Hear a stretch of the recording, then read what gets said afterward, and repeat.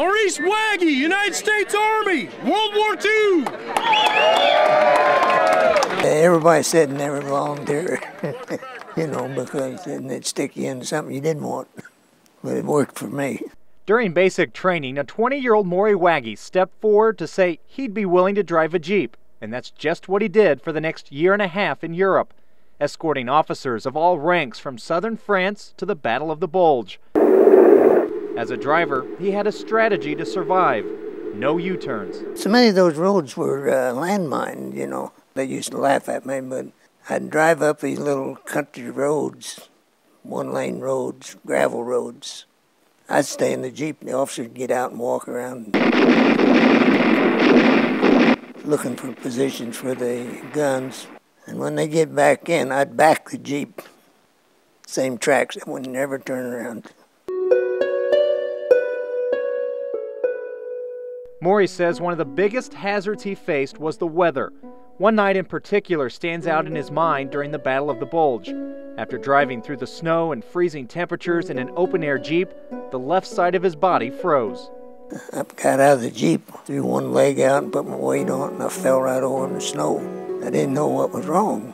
Jerked my boot off. It was blue.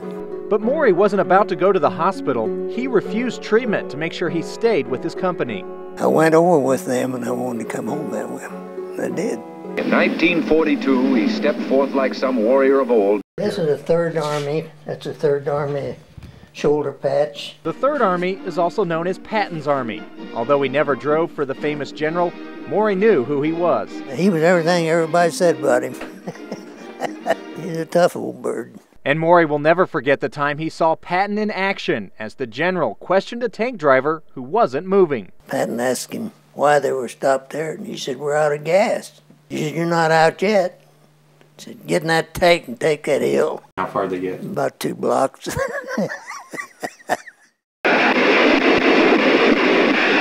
Maury's experience in the Battle of the Bulge wasn't always a laughing matter. He saw a lot of young men die as the Germans made one last push. A lot of men killed there. And a lot of them were killed right in their foxholes. Terrible.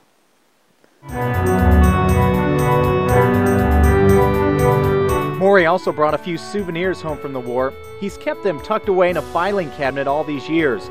They include this small Italian Beretta pistol, and after a little digging, buried under a flashlight and calculator, even the last pack of cigarettes he smoked more than 43 years ago, he found the knife with the swastika on it.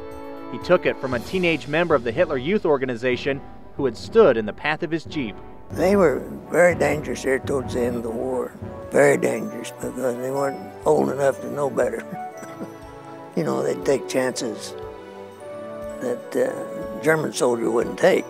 And as this 88-year-old man looks back on his war experience, one thing comes to mind. Probably the best years of my life.